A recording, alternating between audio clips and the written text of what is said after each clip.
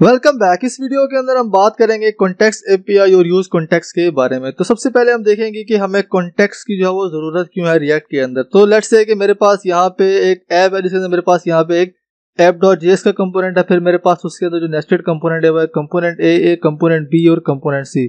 और with in component B मेरे पास है कंपोनेंट डी, और उसके बाद मेरे पास जो कंपोनेंट सी है उसके अंदर मेरे पास है कंपोनेंट ई और एफ। और उसके बाद हमारे पास यहाँ पे एक रिक्वायरमेंट है कि जो यूजर नेम है वो हमने कंपोनेंट डी और एफ के अंदर जो है वो शो करवाना। तो उसके लिए हमें क्या करना पड़ेगा, यूजली जो है वो हम प्रॉप्स के अंदर जो है वो app.js के अंदर जो हमारे पास है उसके अंदर यूजर नेम की जो प्रॉपर्टी है वो यहाँ पे जो है वो डिफाइन हुई हुई है। तो जो अभी हमने उसको शो करवाना है कंपोनेंट डी के अंदर और कंपोनेंट एफ के अंदर। तो उसके लिए हम क्या करेंगे, हम यहाँ पे सबसे पहले प्रॉप्स पास करेंगे कंपोनेंट बी के अंदर जो हमारे app.js से, और फिर इससे जो प्रॉप है वो पास करेंगे कंपोनेंट डी के अंदर। तो जो हमारा यूजर नेम होगा वो कंपोनेंट डी के अंदर जो है वो चला जाएगा। इसी तरह जैसे हमारे पास कंपोनेंट सी है जो कि app.js के अंदर, इसी तरह उसके अंदर जो है हम प्रॉप पास करेंगे कंपोनेंट सी के अंदर, फिर कंपोनेंट सी से जो है हम पास करेंगे कि प्रॉप ई के अंदर, और फिर कंपोनेंट ई के अंदर जो प्रॉप है वो हम फिर पास करेंगे कंपोनेंट एफ के अंदर। तो यहाँ पे जो है वो हम प्रॉप जिलिंग जो है वो कर रहे हैं, हम जो एक चीज जो शो करवानी है कंपोनेंट डी और एफ के अंदर, लेकिन जो यूजर नेम है वो हम कंपोनेंट बी, सी और ई को भी जो है वो पास कर रहे हैं। सो अभी जो सिनेरियो है वो अभी बहुत ही इजी है। लेट्स से कि हमारे पास जो नेस्टिंग का लेवल है वो बहुत ही डीप है, तो जो अपना यूजर नेम है वो वहां पे जो है वो शो करवाना है।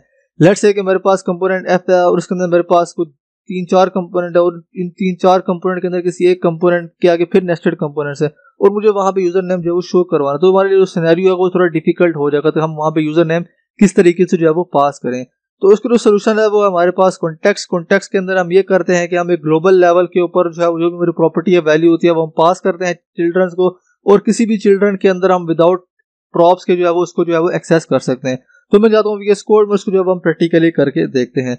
तो सबसे पहले जहाँ मेरे कंपोनेंट है, मेरे पास जो राइट मोस्ट व्यू है मेरे पास कंपोनेंट सी और ई और एफ, तो मैंने वो बनाया यहाँ पे। तो मेरे पास यहाँ पे कंपोनेंट एफ है, कंपोनेंट ई है और कंपोनेंट सी, और फिर उनको मैंने यहाँ पे जो कंपोनेंट सी है उसको मैंने यहाँ पे जो है वो कॉल कर लिया। और यहाँ पे जो कंपोनेंट एफ है उसके अंदर सिर्फ टेक्स्ट लिखा हुआ है कंपोनेंट एफ, और कंपोनेंट एफ को मैंने कॉल किया कंपोनेंट ई के अंदर, और कंपोनेंट ई को मैंने कॉल किया कंपोनेंट सी के अंदर। और जो कंपोनेंट सी है वो फिर यहाँ पे कंपोनेंट जो हमारा app.js है इसके अंदर जो है वो यहाँ पे कॉल हो गया है। तो यहाँ पे जो कंपोनेंट एफ टेक्स्ट लिखा हुआ है कंपोनेंट एफ के अंदर वो हमें यहाँ पे जो है वो शो हो रहा है। तो सबसे पहले हमें जो कॉन्टेक्स्ट होता है वो बनाने होता है। तो मेरे पास यहाँ पे एक फाइल मैंने बनाई है यूज कॉन्टेक्स्ट.js के अंदर, उसके जो अंदर जो कॉन्टेक्स्ट है वो हम यहाँ पे जो है वो बनाएंगे। तो सबसे पहले हम यहाँ पे जो रिएक्ट है उसको यहाँ पे जो है वो इंपोर्ट कर लेंगे। तो यहाँ पे जो रिएक्ट है उसके बाद वो रिएक्ट यहाँ पे जो है वो इंपोर्ट हो जाएगी। देन यहाँ पे जो कॉन्टेक्स्ट होता है वो हम यहाँ पे जो है वो डिफाइन कर दें। तो मैं यहाँ पे जो कॉन्टेक्स्ट है उसको यहाँ पे जो है वो डिफाइन कर लूंगा। तो जो मेरा जो कॉन्टेक्स्ट का नाम होगा वो यहाँ पे होगा यूजर कॉन्टेक्स्ट। एंड देन उसके बाद इसको जो है वो हम इक्वल कर लेंगे रिएक्ट डॉट, एंड देन उसके बाद जो हमें फंक्शन मिलता है क्रिएट कॉन्टेक्स्ट। तो जो हमारा कॉन्टेक्स्ट है वो यहाँ पे जो है वो बन गया है। सो अभी जो यूजर कॉन्टेक्स्ट है उसके अंदर जो है वो हमें जो भी कॉन्टेक्स्ट हम बनाते हैं उसके अंदर हमें दो फंक्शन जो है वो मिलते हैं, एक होता है प्रोवाइडर फंक्शन और एक होता है कंज्यूमर फंक्शन। जो प्रोवाइडर फंक्शन होता है वो हम टॉप लेवल जो कंपोनेंट होते हैं जिसके अंदर हमारे सारे जो कंपोनेंट नेस्टेड होते हैं वो हम वहाँ पे जो है वो पास करते हैं। जो कंपोनेंट उसके अंदर सारे जो नेस्टेड कंपोनेंट होते हैं हम उसके अंदर जो है वो प्रोवाइड करते हैं। जो वैल्यू हमने प्रोवाइड करनी होती है वो हम वहाँ पे जो है वो प्रोवाइड कर देते हैं।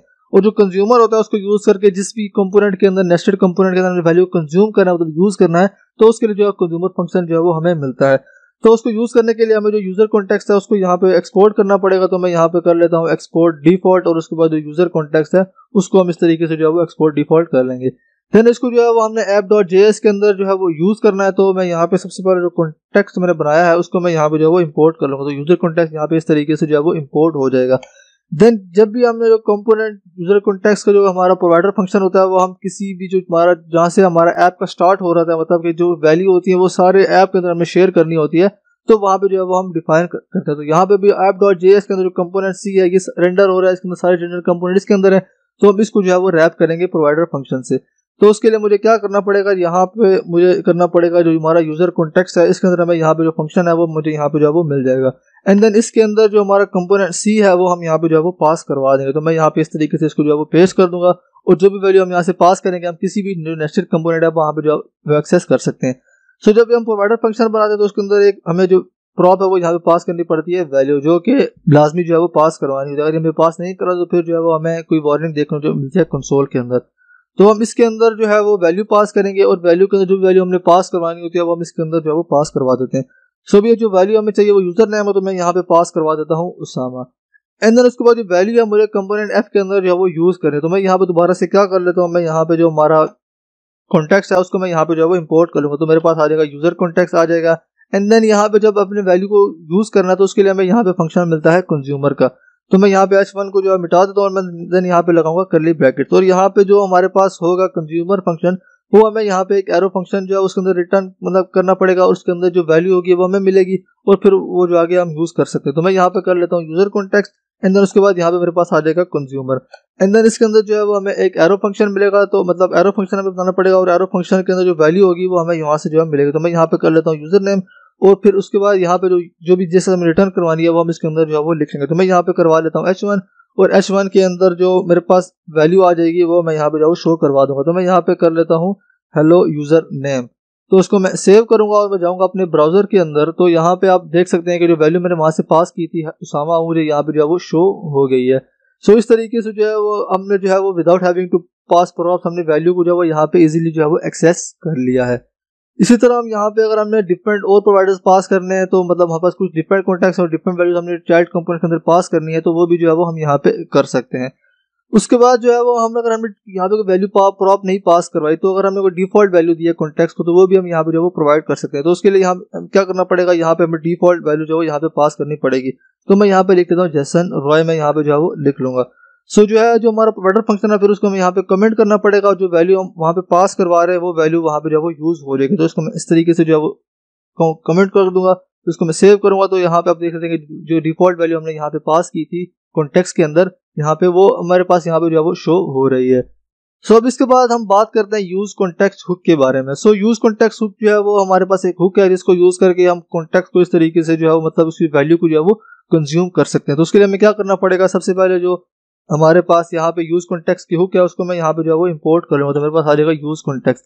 सो इसकी जो वो जरूरत है, तो लेट्स से कि हमारे पास डिफरेंट जो है वो प्रोवाइडर फंक्शन हम यहाँ पे पास करवा रहे हैं, और यहाँ पे हम उनको जो है एक्सेस करना, तो उसके लिए हमें यहाँ पे इस तरीके से यूजर कॉन्टेक्स्ट है, तो यहाँ पे इसके बाद जो है वो एज कॉन्टेक्स्ट है, तो हमें इस तरीके से उनकी नेस्टिंग जो है वो करनी पड़ेगी। सो यूज कॉन्टेक्स्ट को जो है वो यूज करके हम इजीली उनकी वैल्यू को किसी भी वेरिएबल के अंदर जो स्टोर करवा सकते हैं, और फिर उसको जो है वो यहाँ पे शो करवा सकते हैं। तो उसके लिए मैं दोबारा से इसको जो है वो मिटा दूंगा, और सिंपली मैं यहाँ पे क्या कर लेता हूँ, मैं यहाँ पे यूजर नेम जो है वो डिफाइन कर लूंगा एक प्रॉपर्टी, और फिर उसके बाद जो यूज कॉन्टेक्स्ट है उसके अंदर जो हमारा यूजर कॉन्टेक्स्ट है वो मैं यहाँ पे जो है वो पास करवा दूंगा। तो यहाँ पे जो यूजर कॉन्टेक्स्ट है वो मैं इसके अंदर जो है वो पास करवा दूंगा। सो मुझे यहाँ पे जो शो करवाना, तो मैं सिंपली यहाँ पे कर लेता हूँ h1, अंदर मैं यहाँ पे हेलो लिख लेता हूँ, और साथ में यूजर नेम जो मैंने ऊपर डिफाइन किया है वो मैं यहाँ पे जो है वो यूज कर लूंगा। सो मैं यहाँ पे आऊंगा अपने app.js के अंदर, यहाँ पे जो मैंने कमेंट किया था इनको मैं यहाँ से अनकमेंट जो है वो कर देता हूँ, एंड इसको मैं सेव करूंगा और मैं जाऊंगा अपने ब्राउजर के अंदर। तो यहाँ पे आप देख सकते हैं कि उसामा जो हेलो उसामा जो मैं यहाँ पे पास करवा रहा हूँ वो मुझे यहाँ पे जो है वो शो हो गया। सो यूज कॉन्टेक्स्ट को यूज करके हम इस तरीके से जो कॉन्टेक्स्ट की वैल्यू होती है वो किसी भी वेरिएबल के अंदर वो स्टोर करवा सकते हैं, फिर उसको इस तरीके से जो है वो यूज करते हैं। जो दूसरा तरीका है, अगर हमने क्लास कंपोनेंट के अंदर है तो वहां पे जो उसको यूज कर सकते हैं, क्योंकि क्लास कंपोनेंट के अंदर जो हुक्स है वो हम वहां पे जो है वो यूज नहीं कर सकते। सो आई होप आपको जो कॉन्टेक्स्ट का कॉन्सेप्ट है समझ आ गया होगा। सो ये थी कोर्स की लास्ट वीडियो। आई होप कि आपने इस कोर्स को जो है वो एंजॉय किया होगा। तो मिलते हैं नेक्स्ट कोर्स में, तब तक के लिए अपना ख्याल रखिए।